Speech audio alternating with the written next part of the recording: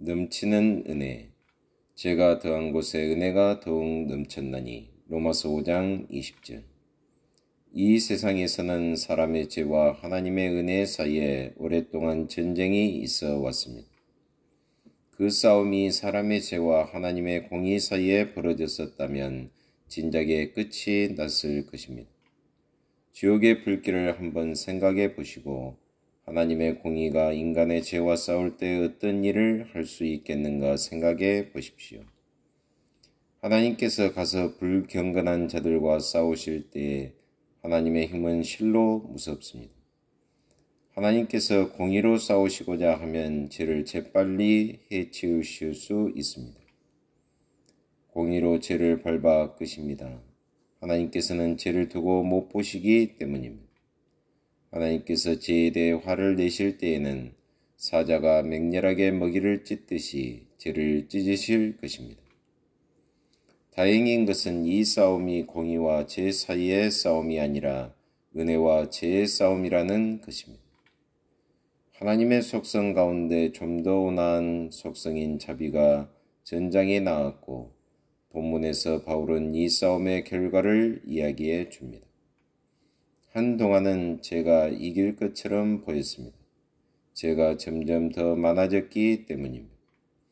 그러나 마침내는 은혜의 깃발이 전장터에 당당하게 나부켰습니다.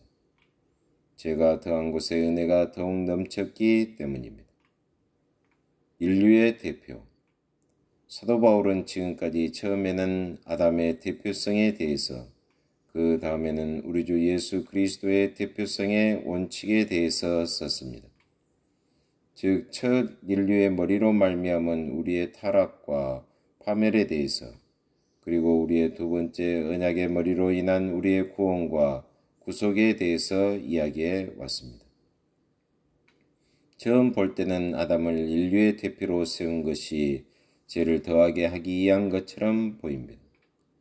저가 아담을 이기자마자 죄가 온 인류를 삼켰기 때문입니다.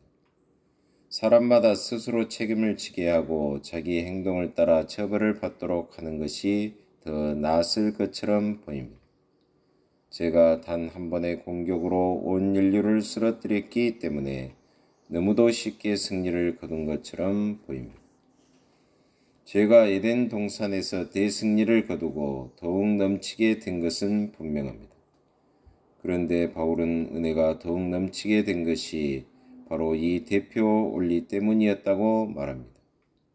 믿는 모든 자가 살게 된 것이 한 분, 곧 예수 그리스도의 죽으심으로 말미암아 되었기 때문입니다.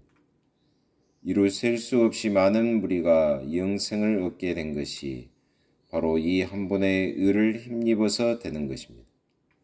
내가 볼 때 다른 방식이 채택되었다면, 즉 각 사람이 자기 행위에 따라 스스로 처벌을 받도록 하였다면 온 인류 가운데 단 한 사람도 구원받을 가능성은 없었을 것입니다. 바로 사단이 자기 행위에 따라 처벌을 받았다고 우리는 알고 있습니다. 사단은 천사들 온 무리의 우두머리가 아니었습니다.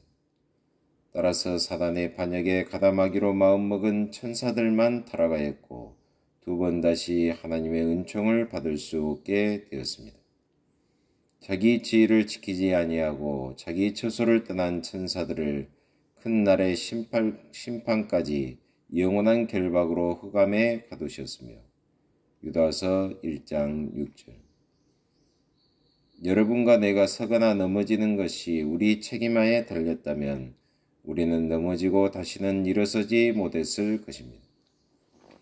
하지만 이제 우리가 대표자 한 사람으로 말미암아 넘어졌기 때문에 우리가 또 다른 대표자를 통해 설 수 있게 된 것입니다. 예수님을 믿은 많은 사람이 아담의 멸망에서 일어나 아담의 죄의 결과인 죽음에서 구출되었듯이 부활하신 주님과의 연합된 새로운 영적 생명으로 말미암아 그리스도 예수 안에서 살게 되었습니다. 아담의 대표의 지위로 인해 죄가 넘쳤고 죄악의 급류가 온 인류에 범람하였습니다. 그러나 그리스도의 대표의 지위로 인해 은혜가 훨씬 더 넘쳐 그리스도를 믿는 모든 자를 영원히 구원할 수 있게 되었습니다. 율법으로 말미암아 죄가 더욱 무거워진다. 본문의 앞부분은 또 한 가지 진리를 예정하였습니다. 율법이 가입한 것은 범죄를 더하게 하려 함이라. 율법 자체의 결함으로 인해서가 아니라 우리의 부패로 인해 율법이 죄를 더욱 무겁게 합니다. 우리가 아이에게 무언가를 명령하지 않으면 아이는 불순종할 일이 없다는 것을 압니다.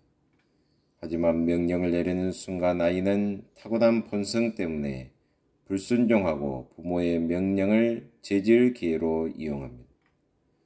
하나님께서 명령을 많이 내리면 내릴수록 그만큼 사람이 죄를 지을 가능성은 많아집니다. 잘못은 명령에 있는 게 아니라 그 명령을 거역하는 인간의 악한 마음에 있습니다. 그래서 바울은 이렇게 말합니다. 율법으로 말미암지 않고는 내가 죄를 알지 못하였으리라.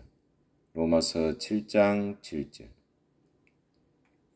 바울이 본래 죄인이었을 것이지만 그가 어긴 율법의 금지 사항과 제한이 없었더라면 죄가 발생하지는 않았을 것입니다.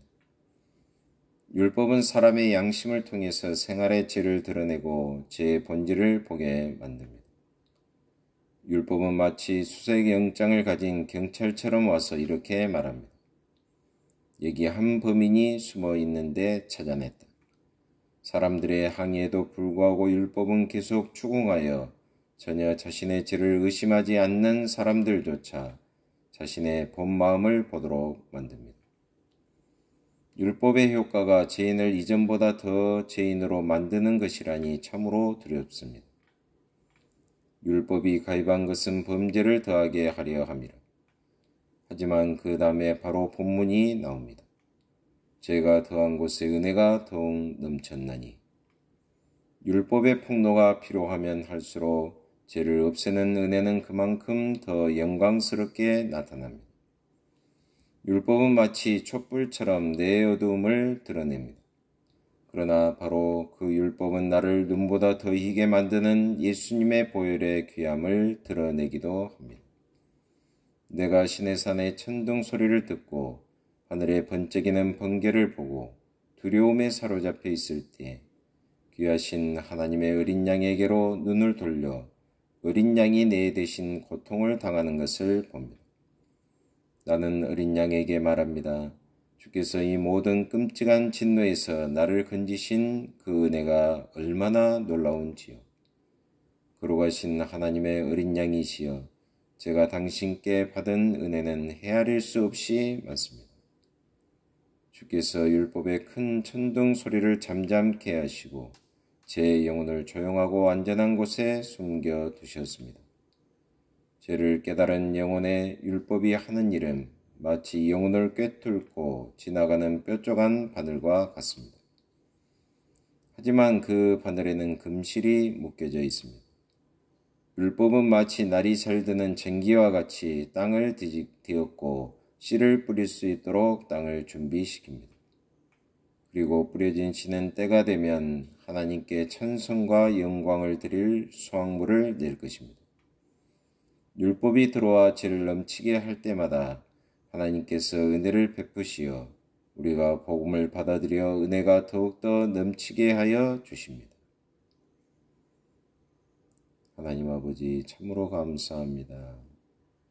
영원히 멸망받을 수밖에 없는 저희들을 새 생명 가운데로 또한 영원한 기억 가운데로 인도하신 하나님의 은혜를 생각할 때 어떻게 하면 오늘 또 하나님의 영광을 위해서 살까 노심초사하며 하나님의 영광을 드러내는 하루를 결단하는 이 순간 되게 하여 주옵소서.